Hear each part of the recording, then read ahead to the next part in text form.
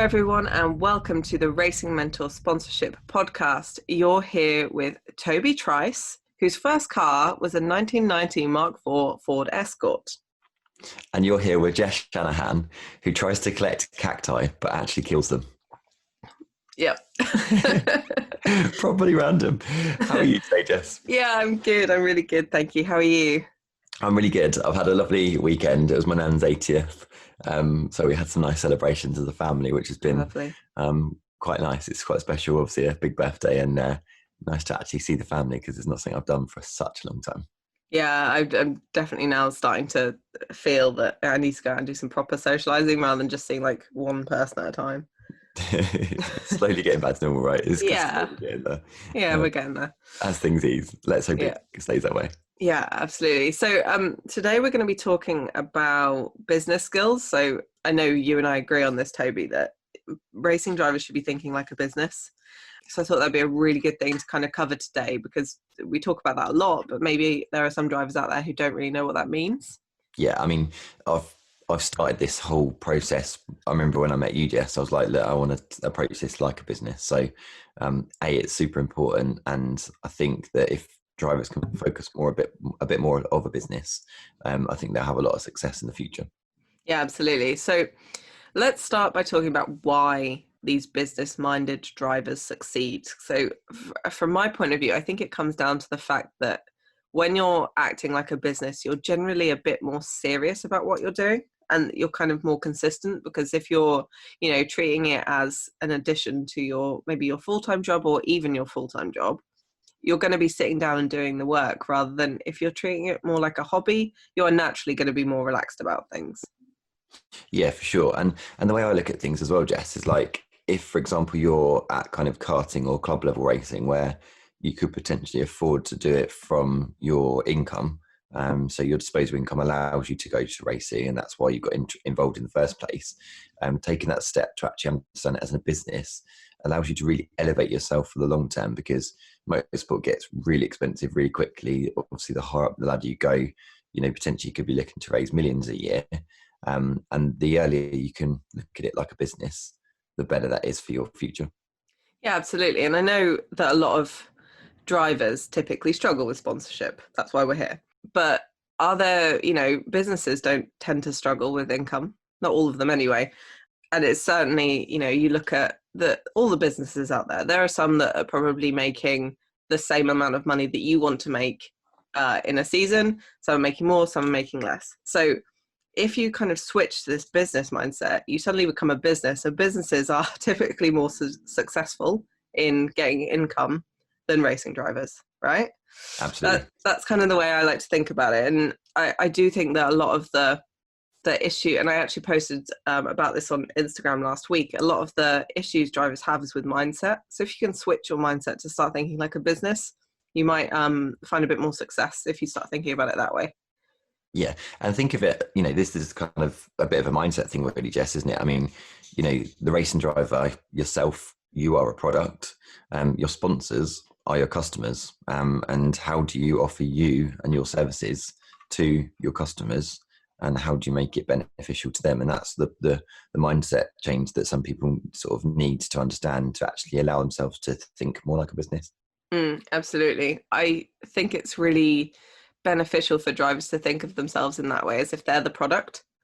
Like, how do you, if you were doing any kind of business course or you were sitting down to start your own business, you'd look at your product and you'd go, right, what problem does this solve for the people that I want to sell it to? What are the main benefits of it? How's it going to change lives? And what's like the main messaging around this that's going to convince people to buy? And you can do that with yourself as a racing driver who's offering sponsorship as well. And I feel like you've done this in a way, Toby. I don't know what your kind of experiences are around how you got to that point of going, right, what problems do I solve and how do I sell that to people? Yeah, and I've kind of like evolved that over time as my kind of knowledge and expertise in this field has grown.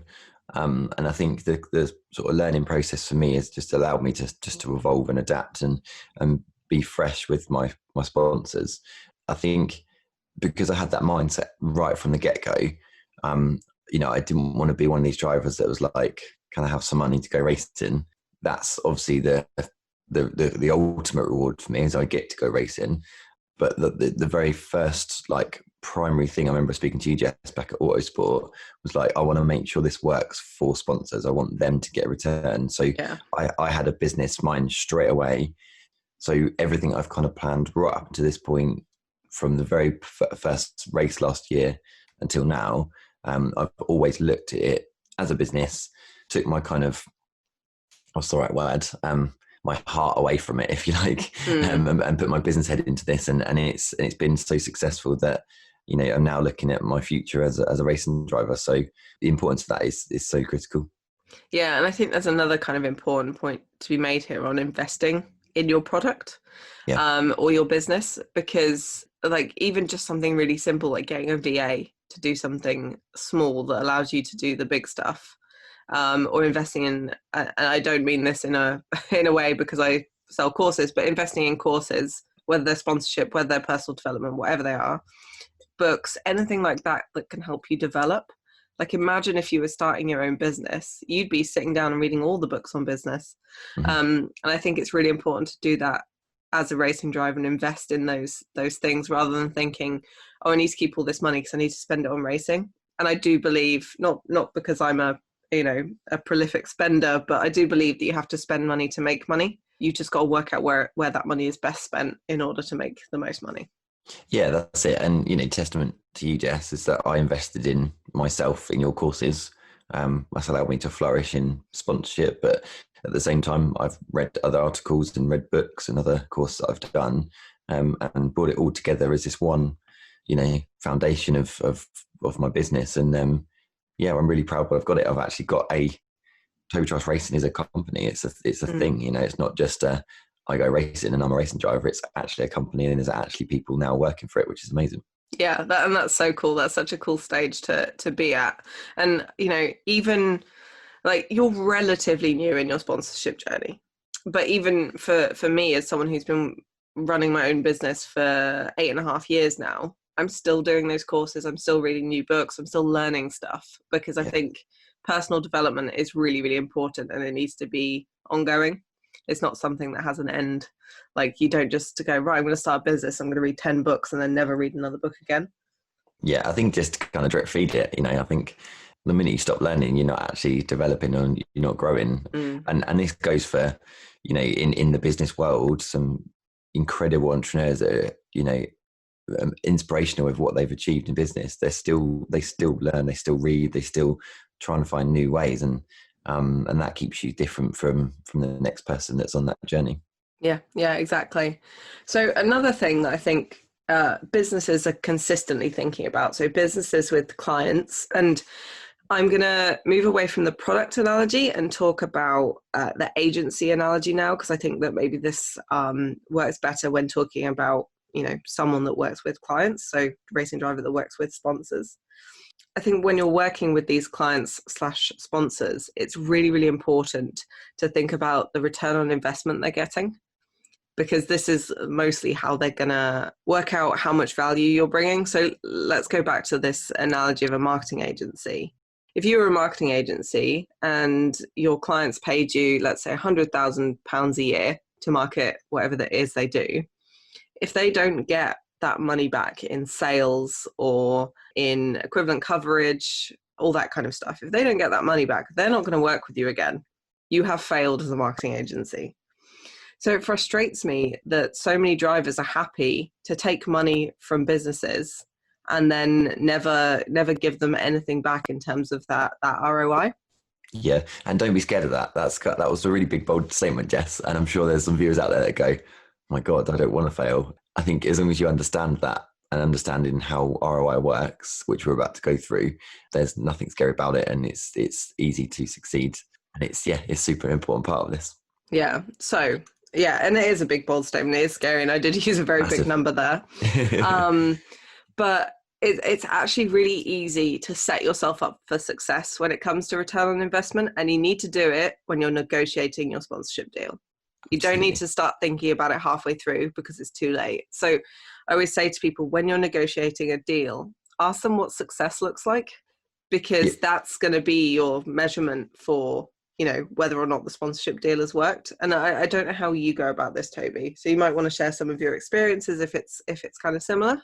Yeah, I mean, I'm going through a proposal with a potential new sponsor right now. So we're at the point where I'm now discussing all of the ROI, the nitty gritty parts of the sponsorship, so that they can actually understand what return they're going to get. And I've done very much that. I've said to the sponsor, look, what would success look like to you if you was happy with how this sponsorship worked? What would you expect to get in return? And I've actually put the ball in their court to find out exactly what they want. And I think having their expectations on the table and going, okay, well, I know I can deliver that easily. My goal then is actually to completely exceed that, because I know, right, this is what they'll be happy with. How can I exceed that? And then the return on investment's absolutely huge. And for the sponsors that I had last season, I did exceed their expectations.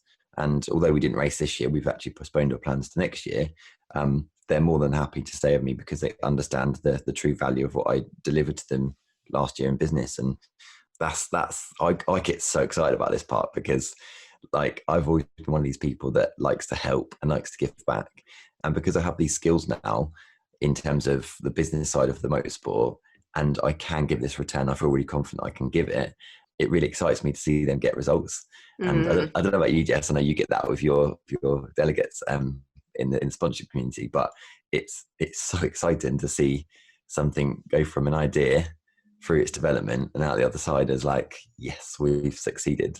Yeah, this is exactly why I run a content agency. I love people going, we want to do some content on this. And I'm going, yeah, but what about this?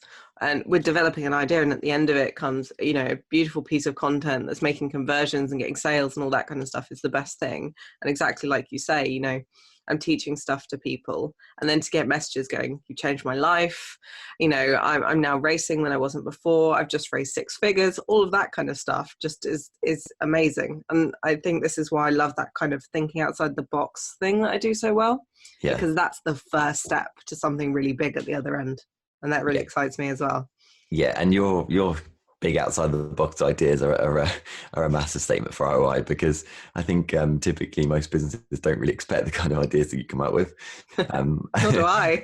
No, I don't. You surprise me every time, Jess. But let's delve into kind of a bit more detail with regards to the ROI. So something that I think racing drivers need to understand when they talk to sponsors is the actual customer value that the sponsor has. So let's say, for example, you're looking at a luxury travel company as a potential sponsor, for example, and an average customer might be worth to that company maybe £1,000, for example, because you understand that customer value and you know what each customer that they get is worth. You can then start looking at this kind of like sales funnel. So let's say, for example, you get a media feed out where it reaches 100,000 really engaged people. That's the start of the funnel. If they get 10% of them sign up in terms of interest of business, then that's a certain number. And then the smaller percentage that signs up, if, for example, let's say a couple of hundred people sign up to that particular business and they buy a product from them, that's £200,000. Let's say a sponsorship cost you £50,000 to do that. You've made profit for that business. And that's a really simple structure that I kind of use just to understand a little bit of ROI. Jess, I don't know if you want to elaborate a little bit more on that at all. Yeah, so I think that's a really good approach. And that's why I always tell people that when they're qualifying their sponsors, so when they're having those initial conversations to see if the relationship is right, if the sponsor has enough money, can you help them, all that kind of stuff, asking what their average customer value is really helpful, because you can look at their products and a product might be, let's say, 50 quid. But if over the lifespan of a customer, they buy 10 of those products, the average customer value isn't just that one product. It's how many products, how many add-ons. If it's a car dealership, it's not just the value of the car. It's the servicing, it's the MOT, it's the parts, all of that kind of stuff. It's the future car. That's just one customer. Mm-hmm. So, and I think another really, like, if you're going to dive much deeper into this, it's worth looking at metrics and KPIs for this. So metrics are, I guess, like the figures that something is measured by. So, for example, the metric might be website views, it might be people coming to the website, it might be conversions, it might be sales.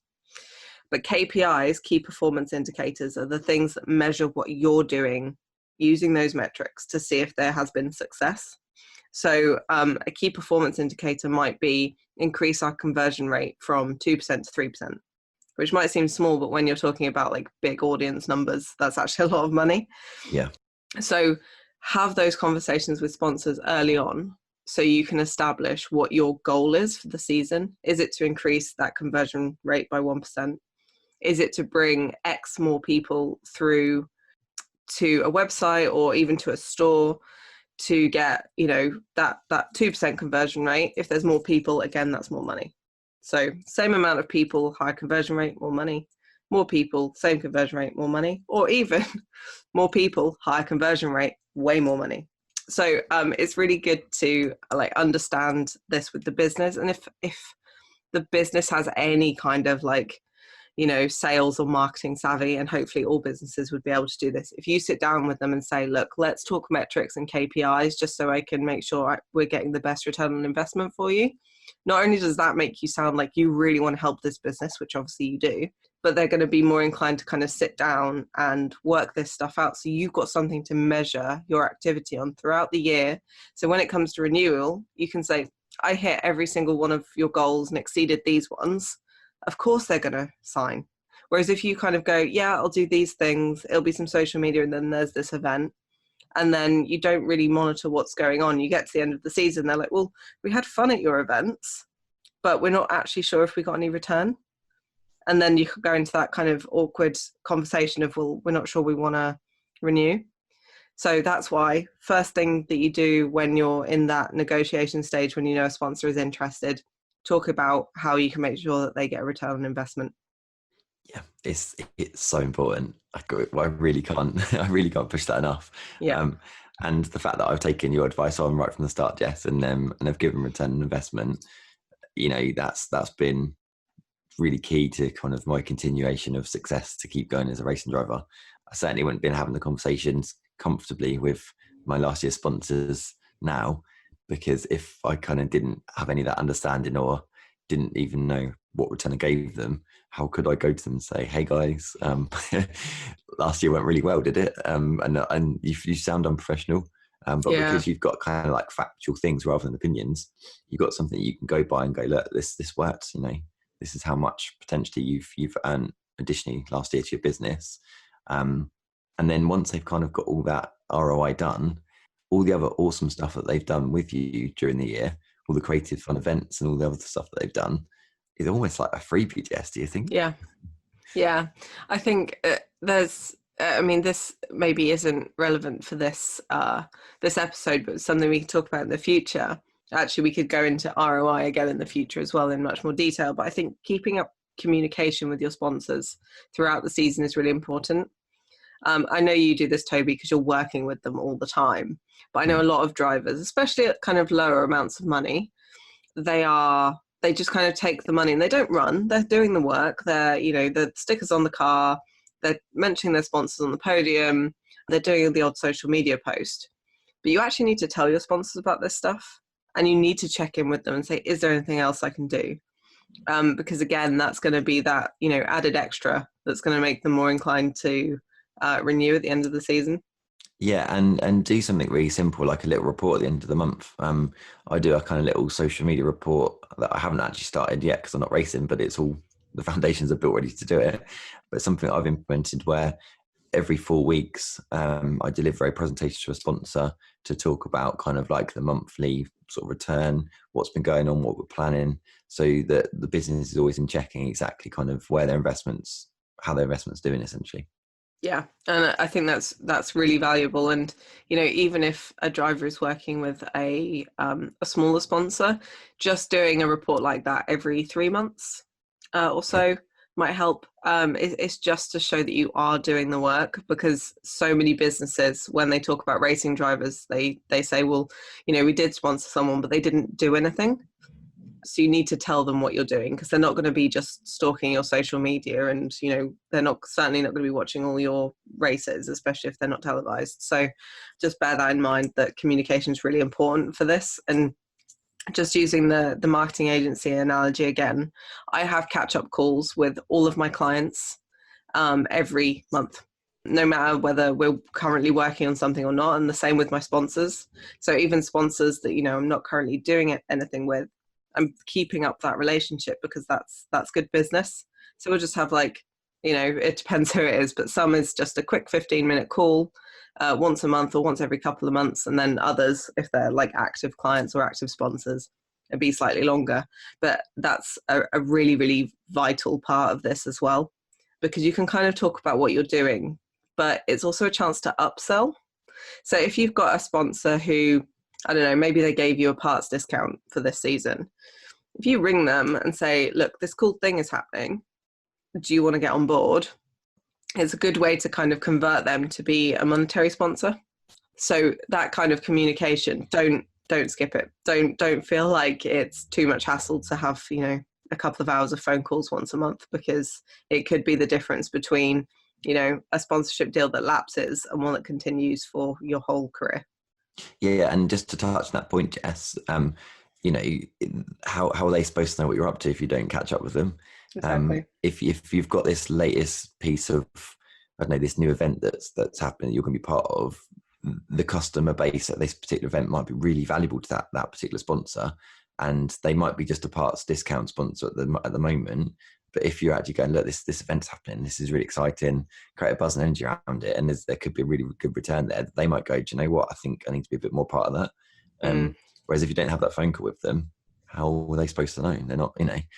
So yeah, always talking sponsors is really important, and I think that kind of helps generate this buzz and fun around what you're up to, because with the sponsors that I'm working with and these new potential sponsors I'm looking to work with in 2021, right now we're planning ahead and talking about what events we're up to, and we've got one already planned in March, and there's so much buzz and excitement around it, and the network's growing, and we're talking to new people, and it's amazing. It's so exciting to see that evolve, and before you know it, you've got more potential customers and sponsors in front of you, and yeah, it all starts growing from there. Yeah, absolutely.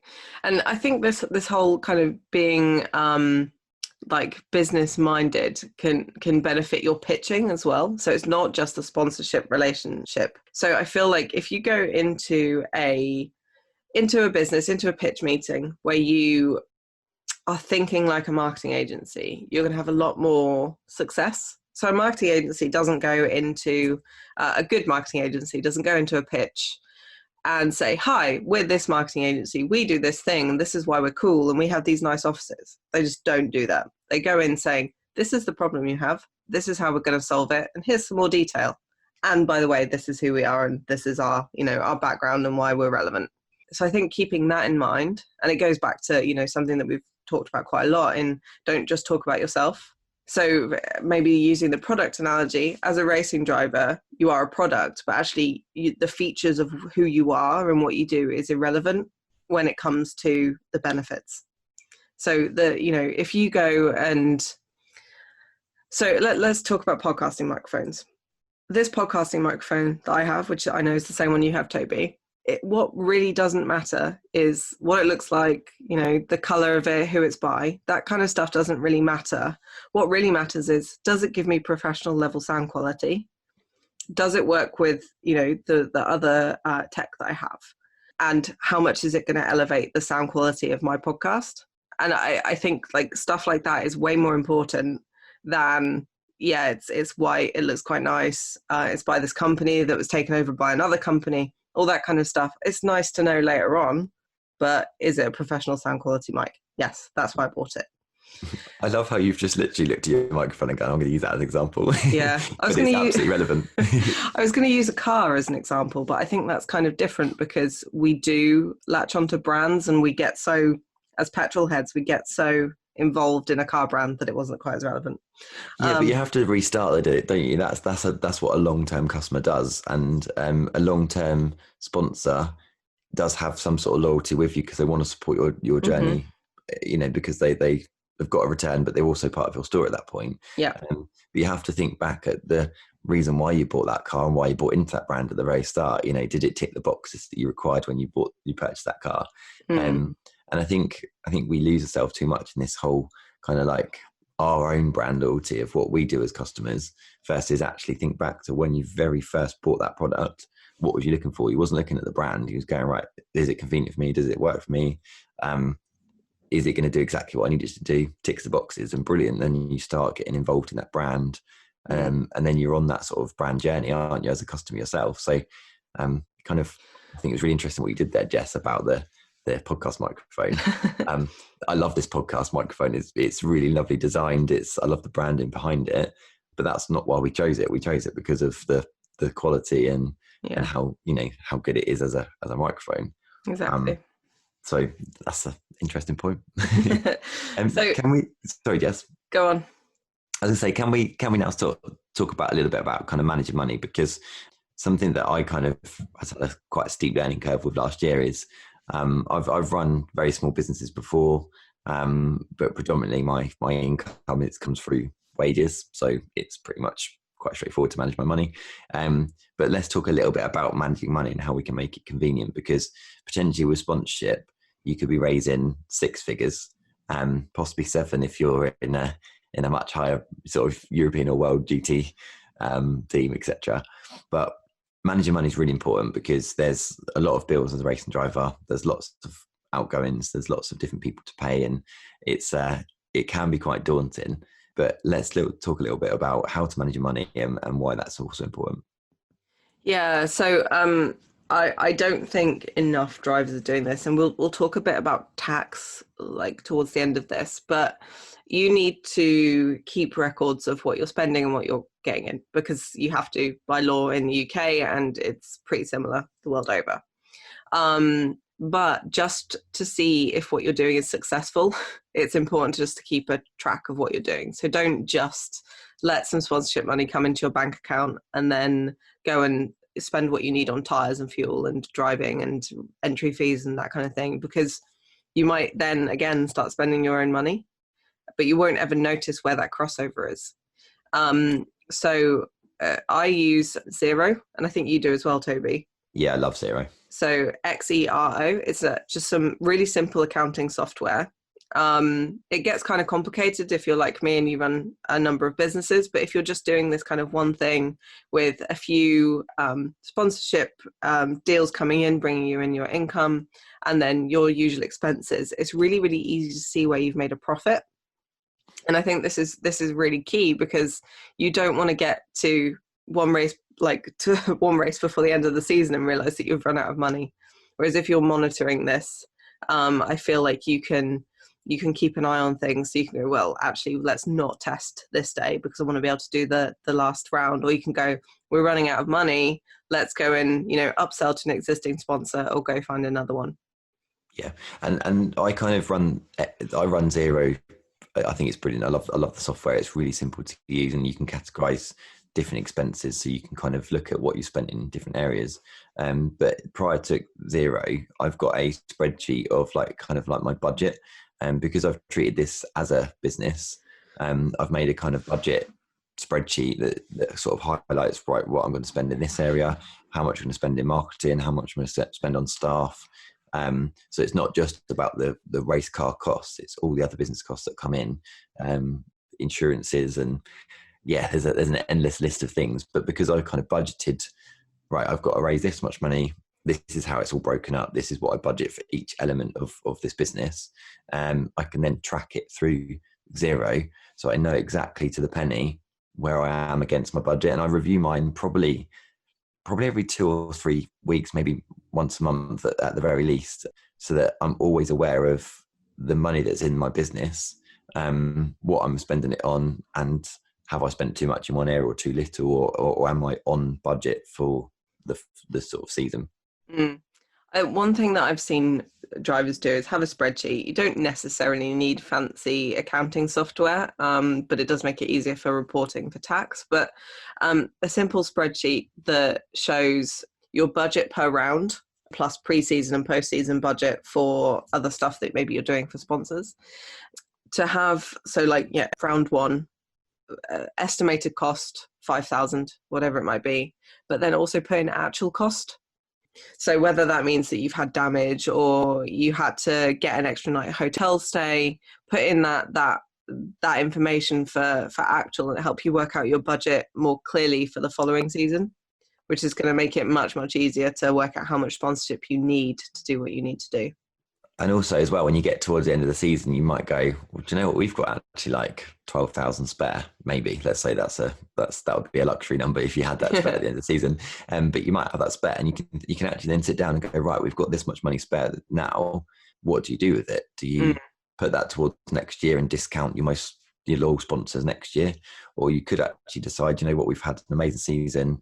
You could perhaps put on a big event for your sponsors to thank you as like a party, you know, post race season party. Or you could put some investment back to the sponsor in terms of hiring a video content creator and getting a really professional, slick video made up at the end of the season. Or there's, you know, again, you're thinking back to a business, what you can bring back to sponsors to enhance that return, because you may have given them the return that you've kind of already planned. And this spare money now, you could actually really elevate that. So when you get in discussions for the following year, they are blown away with what you can deliver. I don't know if you want to touch on anything there, Jess, but that's something that I look to do for sure. Yeah, I think any time that you can go above and beyond for a sponsor is just going to strengthen that relationship.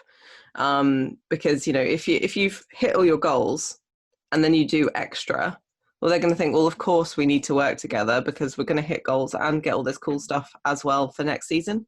And especially if your goal is to have them kind of grow with you, like starting a smaller series and grow to something really big, they're going to want to continue that journey if they know that they can have the same kind of growth as they did, you know, from the first season. So I think that's really important. Definitely.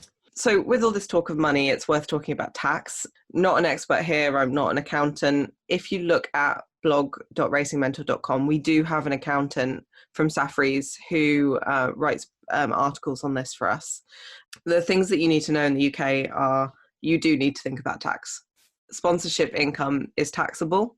There are certain thresholds. So if you're not working a job and sponsorship's your only income, then there might be a point where you don't have to pay tax, but you still have to declare it all. There's some kind of leeway if you're under the threshold for like when you have to do that, but you do have to think about it. There is no situation where you don't have to look into this. And the earlier that you can kind of get your head around the whole tax thing, the better. I would always recommend an accountant, but I'm really, really bad with money. Even if you just speak to an accountant for some advice on like, you know, how do I set up my business to make it most tax efficient? What do I need to do each year? All of that kind of stuff. It can really help you in the long run. So do go and check out those blog posts on blog.racingmentor.com all about tax and accounting, because they should at least point you in the right direction. And that's for the UK. If you're elsewhere in the world, then speak to someone local who knows the details. But for the most part, any sponsorship income will be taxable.